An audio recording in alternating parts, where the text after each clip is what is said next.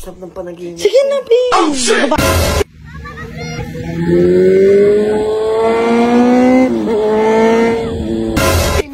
10 minutes ba yung 3 hours? Ano yun ba guys, yung araw na to magpapa-nail extension tayo dahil binabash na yung kuko ko kasi kulang-kulang daw kung anong kaboglian mga naiisip nyo, porkit kulang ano. Kaya ngayon magpapasama tayo kay Gerard. 3 hours tumatagal ang paggawa na ito pero sasabihin natin sa kanya 10 minutes lang, bahala siya magantay dyan, bahala siya mainis. Tulog pa din niya.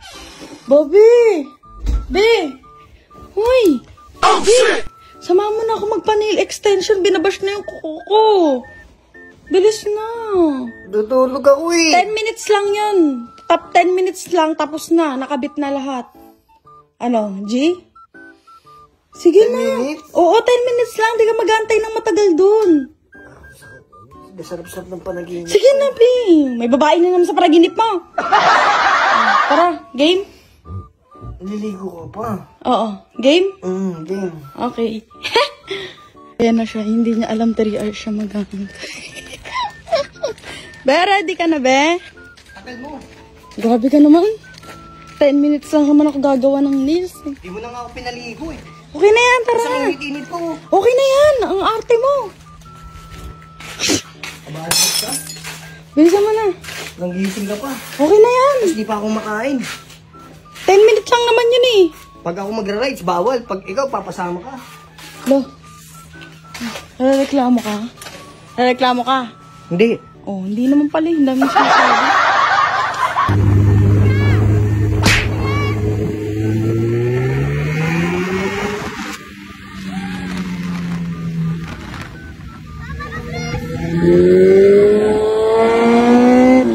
Hintayin mo na lang ako dyan ha. 10 minutes lang lalabas na ako. 10 minutes lang ha? Oo. Sige na. Sa sobrang tamad ni Meg mag-edit, ako pa yung pinagsalita niya. Kitang-kita nyo naman guys, oh. Ayun yung dati niyang kukong. Pero ngayon, napaka-fresh. Ang galing ng gumawa nito. Napaka-solid. Shala! 3 hours na ako ginawa ng nails. Ayan, sobrang ganda. At hindi ko alam kung nasan siya. Siguro bad trip na yun sa akin. Hanapin natin.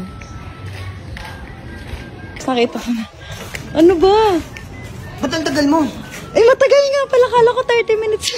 Sabi mo 10 minutes. Alo, grabe naman tong ingay Babe, tingnan mo. Tingnan mo. Magagabi na. Ang ingay mo, Bi. Mahiya ka naman. Tingnan mo, nandun sila, oh.